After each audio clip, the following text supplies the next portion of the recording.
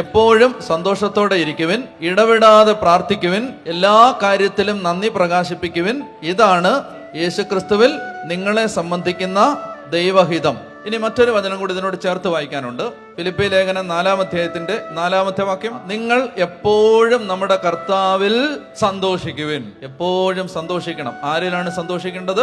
നിങ്ങൾ എപ്പോഴും നമ്മുടെ കർത്താവിൽ സന്തോഷിക്കുവിൻ. അപ്പൊ നമ്മുടെ സന്തോഷം വെക്കേണ്ടത് കർത്താവിലാണ്. വേറെ ആരിൽ വെച്ചാലും ആ സന്തോഷം പതുക്കെ പതുക്കെ നഷ്ടപ്പെടും. അടുത്ത വാക്യം, ഞാൻ വീണ്ടും പറയുന്നു, നിങ്ങൾ സന്തോഷിക്കുവിൻ. നിങ്ങളുടെ ക്ഷമാശീലം എല്ലാവരും അറിയട്ടെ. കർത്താവ് അടുത്തെത്തിയിരിക്കുന്നു. ഒന്നിനെ കുറിച്ചും ആകുലരാകരുത് പറയുകയാണ്. എന്തുകൊണ്ട് ആകുലരാകരുത്? എന്ത് ചെയ്താൽ മതി? പ്രാർത്ഥനയിലൂടെയും അപേക്ഷയിലൂടെയും കൃതജ്ഞതാ സ്തോത്രങ്ങളോടെ നിങ്ങളുടെ യാചനകൾ ദൈവസന്നിധിയിൽ അർപ്പിക്കണം. അതായത് കർത്താവിനോട് സകല കാര്യങ്ങളും പറയണം. എല്ലാ പ്രയാസങ്ങളും കർത്താവിനോട് പറയണം. ഒരു പ്രാവശ്യം പറഞ്ഞാൽ മതി. എപ്പോഴും നാഴികയ്ക്ക് 40 വട്ടം പറയണമെന്നില്ല. അതുകൊണ്ടാണ് ഞാൻ പറഞ്ഞത്, ഞാൻ എഴുതി വെക്കുമെന്ന് പറഞ്ഞു. ഒറ്റ തവണ എഴുതൂ, പിന്നെ ആ പഞ്ചായത്തിലേക്ക് തിരിഞ്ഞു പോലും നോക്കത്തില്ല. അപ്പൊ അതിനകത്ത് തീരുമാനം ഉണ്ടാവും. ദൈവം ഇടപെട്ടിരിക്കും. നമ്മൾ കർത്താവിനെ ഏൽപ്പിച്ച കാര്യമാണ്.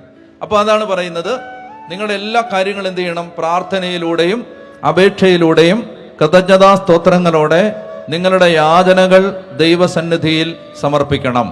അപ്പോൾ എന്താണ് അതിന്റെ റിസൾട്ട്? അപ്പോൾ നമ്മുടെ എല്ലാ ധാരണകളെയും അതിലംഘിക്കുന്ന ദൈവത്തിന്റെ സമാധാനം നിങ്ങളുടെ ഹൃദയങ്ങളെയും ചിന്തകളെയും യേശുക്രിസ്തുവിൽ കാത്തുകൊള്ളും. കണ്ടോ? അപ്പൊ ഇതിന്റെ റിസൾട്ട് ഇതാണ്. നമ്മൾ എല്ലാ കാര്യങ്ങളും കർത്താവിന്റെ കാൽച്ചുവട്ടിലേക്ക് വെച്ചാൽ നമുക്ക് ഒത്തിരി സമാധാനം കിട്ടും. സമാധാനം ദൈവം തരും. നമ്മളെ അലട്ടുന്ന ഭാരവും പ്രയാസവും എവിടെ വെക്കണം? യേശുവിന്റെ കാൽച്ചുവട്ടിൽ വെക്കണം. അപ്പൊ അതിനാണ് പ്രിയമക്കളെ, പ്രാർത്ഥനാ ജീവിതം വേണം. പ്രാർത്ഥിക്കാൻ സമയം വേണം.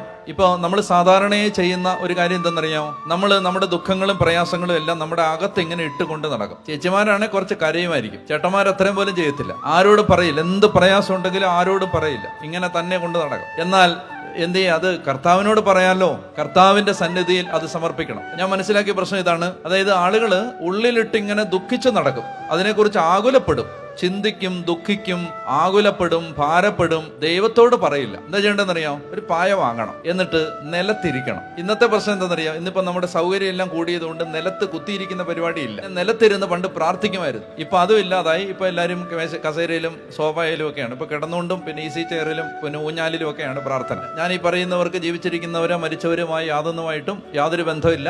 ഉണ്ടെന്ന് നിങ്ങൾക്ക് തോന്നിയാൽ അത് തികച്ചും യാദൃച്ഛികം മാത്രമാണ്. അത് നിങ്ങൾക്ക് സൗകര്യമായിട്ടിരുന്നോ കുഴപ്പമൊന്നുമില്ല. പണ്ടൊക്കെ നിലത്തായിരിക്കുന്നത്. അപ്പൊ നിലത്തിരുന്ന് കൈയും കാലും എല്ലാം നൂരുമായിരുന്നു. ഇപ്പൊ കൈയും കാലും ഒന്നും അങ്ങനെ ജോയിന്റ് ഒന്നും അങ്ങോട്ട് വഴങ്ങത്തില്ല. കാരണം നിലത്തിരിപ്പില്ല. അപ്പൊ അതുകൊണ്ട് നിങ്ങൾക്ക് ആരോഗ്യം ഉണ്ടാവാൻ കൂടിയാണ് ഞാൻ പറയുന്നത്.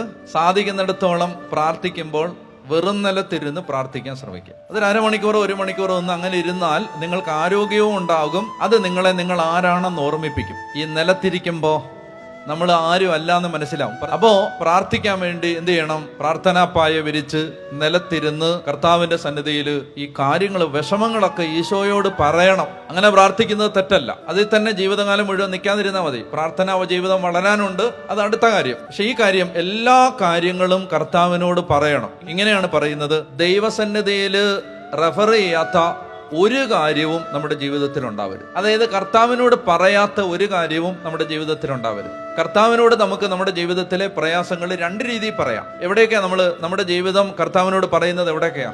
1 കുമ്പസാരക്കൂട്ടിലും പറയാം, 2 പ്രാർത്ഥനാ മുറിയിലും പറയാം. ഈ 2 സ്ഥലത്താണ് നമ്മൾ നമ്മുടെ ജീവിതം കർത്താവിന്റെ മുമ്പിൽ. ഈ 2 സ്ഥലത്ത് സത്യസന്ധരായിരിക്കണം. അവിടെ ഒരു കള്ളത്തരവും കാണിക്കരുത്. ഈ 2 സ്ഥലത്തും നമ്മൾ ദൈവത്തോട് നമ്മുടെ ജീവിതം എന്താന്ന് തുറന്നു പറയണം.